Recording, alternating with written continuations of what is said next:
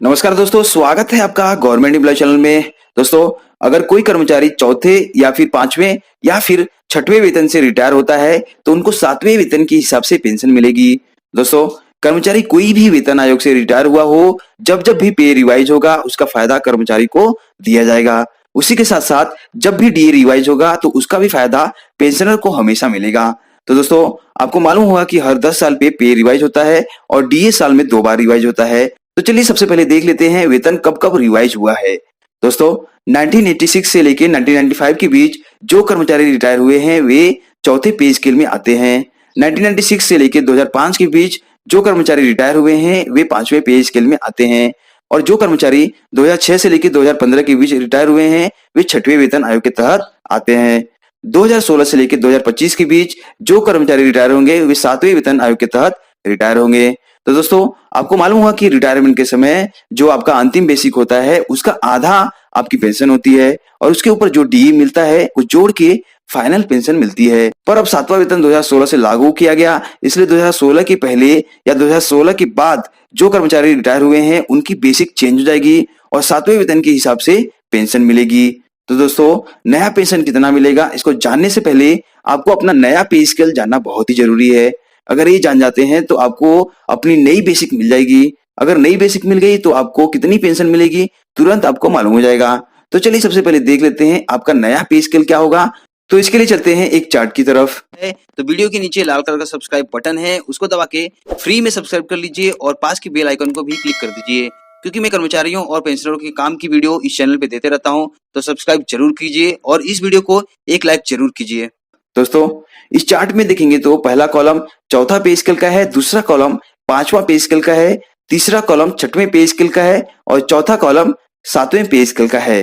दोस्तों, चौथा पे स्केल 1 जनवरी 1986 से इफेक्ट हुआ, उसी प्रकार पांचवा 1 जनवरी 96 से इफेक्ट हुआ, उसी प्रकार 10 सालों के बाद छठवां और सातवां पे इफेक्ट हुआ। अब दोस्तों, चौथे वेतन में जिनका पे स्केल 750 से लेके 940 इसके बीच था, उसकी पांचवें वेतन में 2550 से लेके 3200 ये नई पे स्केल हो जाएगी। उसी प्रकार छठवें वेतन में 4440 से लेके 7440 तक ये नई पे स्केल हो जाएगी और लास्ट में सातवें वेतन के हिसाब से उसकी मिनिमम पे 18,000 रुपए हो जाएगी, यानी कम से कम उस कर्मचारी को 9,000 रुपए पेंशन के रूप में मिलेगा।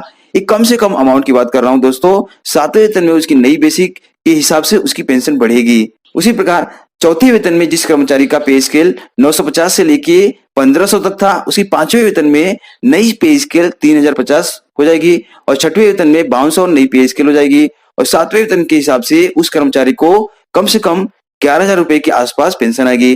दोस्तों, फिलहाल मैं यहाँ पे मिनिमम पेंशन की बात कर रहा हूँ। आपकी नई बेसिक मालूम पड़ जाएगी तो आपका टोटल एग्जैक्ट पेंशन कितना मिलेगा ये मालूम पड़ जाएगा।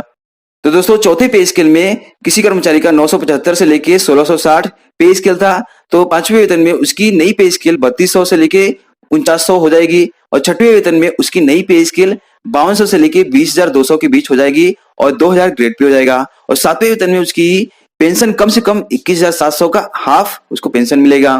दोस्तों, उसी प्रकार किसी कर्मचारी का चौथे पे स्केल में 1350 से लेके 2300 पे स्केल था, तो पांचवें वेतन में उसकी नई पे स्केल 4500 से लेके 7000 हो जाएगी और छठवें वेतन में उसकी नई पे स्केल 5200 से लेके 20,200 के बीच हो जाएगी और 2800 ग्रेड पे हो जाएगा और सातवें वेतन में उसकी नई पेंशन 29,200 का हाफ मिलेगा। दोस्तों, उसी प्रकार चौथे वेतन में जिस कर्मचारी का 1400 से लेके 2660 के बीच पे स्केल था, उस कर्मचारी का पांचवें वेतन में 5000 से लेके 8000 नया पे स्केल हो जाएगा और छठवें वेतन में 9300 से लेके 34,800 नया पे स्केल हो जाएगा और 4200 ग्रेड पे हो जाएगी और सातवें वेतन में उसको कम से कम पेंशन 35,400 का हाफ पेंशन के रूप में दिया जाएगा। उसी प्रकार चौथे वेतन में जिस कर्मचारी का 2375 से लेके 3750 पे स्केल था, पांचवें वेतन में उसकी पे स्केल 7,450 से लेके 11,500 हो जाएगी और छठवें वेतन में 9,300 से लेके 34,800 नई पे स्केल हो जाएगी और 4600 ग्रेड पे हो जाएगा और सातवें वेतन में उसको कम से कम पेंशन 44,900 का हाफ उसको पेंशन के रूप में मिलेगा। 2016 के पहले के पेंशन, तो उनका सातवें वेतन में सही पेंशन कितना होगा। दोस्तों, आप देख सकते हैं कि गवर्नमेंट ने जो सर्कुलर जारी किया था उसके अनुसार इसमें साफ साफ लिखा था कि जो कर्मचारी 1 जनवरी 2016 के पहले रिटायर हुए थे तो उनका सुधारित पेंशन और फैमिली पेंशन 1 जनवरी 2016 से इफेक्ट किया जाएगा।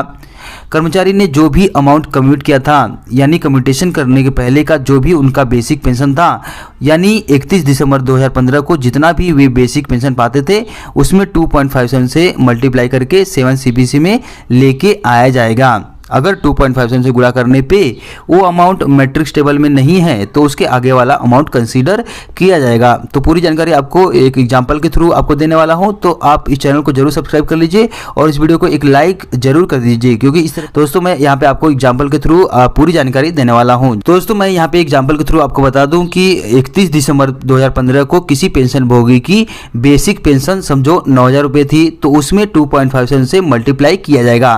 दोस्तों यहाँ पे मैं बात क्लियर कर दूं कि कम्यूटेशन करने के पहले का जो आपका बेसिक था वो लेना है। कम्यूट करने के बाद आपकी पेंशन कम हो जाती है, तो कम्यूटेशन करने के पहले का जो आपका बेसिक पेंशन था उसमें 2.57 से गुणा किया जाएगा। जैसे यहाँ पे एग्जांपल के थ्रू आपको बताऊं तो किसी का बेसिक पेंशन था 9,000 रुपये और उन्होंने 40% पेंशन कम्यूट किया था, यानी 40% पेंशन बेचा था, तो 9,000 का 40% हुआ 3600।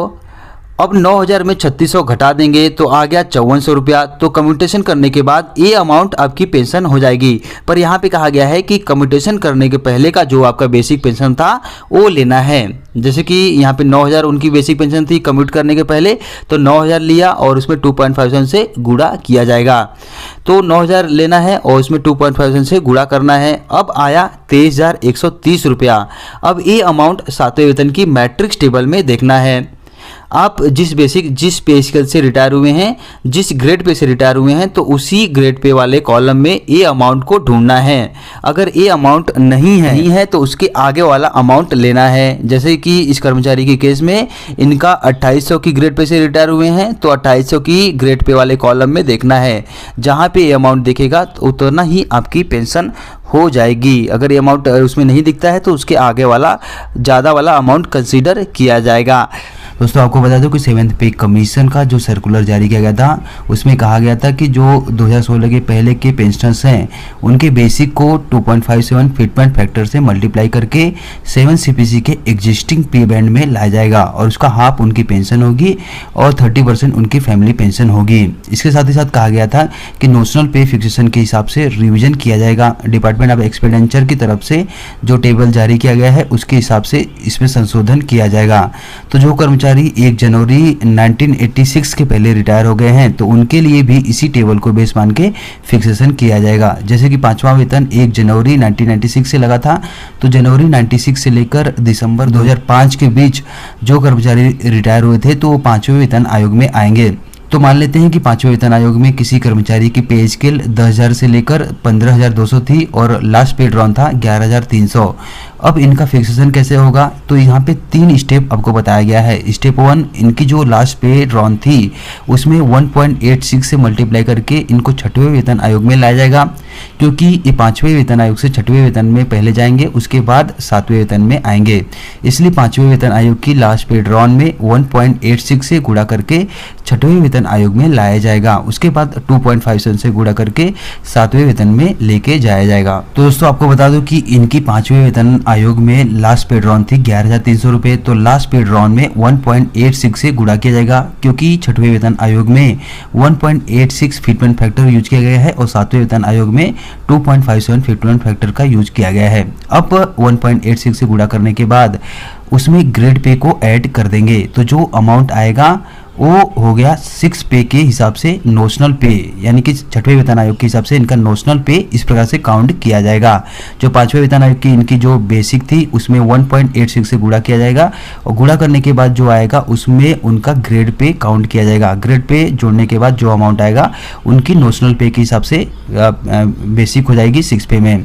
अब इस कर्मचारी को 7वें वेतन आयोग में लेके जाना है, 7वें वेतन आयोग भी इनको देना है, इसलिए अब इनको सेकेंड स्टेप में लेके जाएंगे, यानी कि 1.86 से गुणा करने के बाद और ग्रेड पे जोड़ने के बाद जो अमाउंट आया उसमें 2.57 फिटमेंट फैक्टर से मल्टीप्लाई करेंगे। अब जो अमाउंट आएगा उस अमाउंट को 7th पे के एग्जिस्टिंग टेबल में ले जाएंगे। अगर उस टेबल में वो अमाउंट है तो ठीक है, अगर नहीं है तो उसके आगे वाला अमाउंट ले लिया जाएगा। तो दोस्तों इस प्रकार से इस अमाउंट का हाफ उनकी पेंशन हो जाएगी और 30% उनकी फैमिली पेंशन हो जाएगी। तो दोस्तों आपको बता दो कि 5वें वेतन आयोग से 6वें वेतन आयोग में 1.86 से मल्टीप्लाई करके नोशनल पे पर ले जाएगा और उसके बाद 2.57 से गुणा करके 7वें वेतन आयोग में लाकर उनकी नई पेंशन फिक्सेशन किया जाएगा। 5वें वेतन आयोग से 6वें वेतन में लाने के लिए 1.86 से और 7वें वेतन आयोग में ले जाने के लिए 2.57 फिटमेंट फैक्टर का यूज किया गया है।